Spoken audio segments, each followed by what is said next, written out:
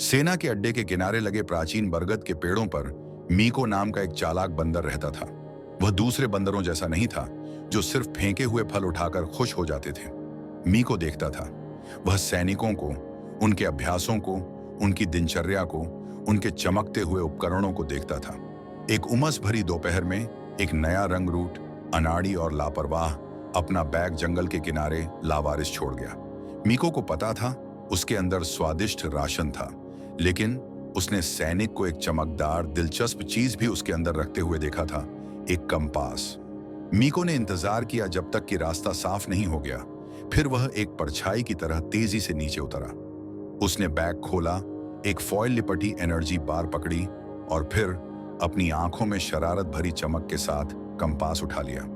पेड़ की सुरक्षा में वापस आकर मीको ने उस अजीब उपकरण को समझने की कोशिश की। उसने डायल घुमाया, सुई को नाचते हुए देखा, पूरी तरह से मंत्रमुग्ध था। इस बीच अड्डे पर घबराहट फैल गई। कंपास रात के नेविगेशन अभ्यास के लिए महत्वपूर्ण था। एक फ्रेंटिक खोज शुरू हुई। कमांडर, एक सख्त लेकिन निष्पक्ष व्यक्ति, को स्थानीय बंदरों पर शक था। अगली सुबह जब एक गश्ती दल घने झाड़ियों से होते हुए एक गलत मोड़ के बाद बुरी तरह से भटक गया था, तो उन्होंने ऊपर एक सरसराहट सुनी।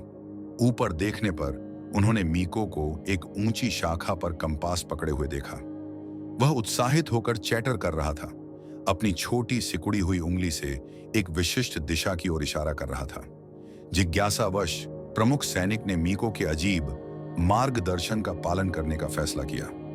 बंदर आगे भागा, कभी कभी यह सुनिश्चित करने के लिए रुकता कि वे अभी भी उसका पीछा कर रहे थे। इस अजीबोगरीब यात्रा के 20 मिनट बाद वे एक खुले मैदान में निकले, जो मुख्य सड़क के ठीक बगल में था, अड्डे से सिर्फ 1 किलोमीटर दूर। सैनिक अवाक रह गए। मीको उनकी उलझन देखकर कंपास उनके पैरों पर गिरा दिया, अपनी गुप्त जगह से एक और एनर्जी बार पकड़ी और हरे भरे जंगल में गायब हो गया। उस दिन से मीको एक अनौपचारिक शुभंकर बन गया। सैनिकों ने उसके लिए फलों का एक छोटा सा चढ़ावा रखना सीख लिया, और कभी कभी जब गश्ती दल घने जंगल में दिशाहीन महसूस करते थे, तो वे ऊपर देखते थे, आधे मजाक में अपने अप्रत्याशित कंपास धारित मार्गदर्शक की एक झलक की उम्मीद करते थे। मीको शरारती बंदर ने साबित कर दिया था कि छोटे से छोटे प्राणी भी आश्चर्यजनक बुद्धिमत्ता और शायद अप्रत्याशित वीरता का एक स्पर्श रख सकते हैं।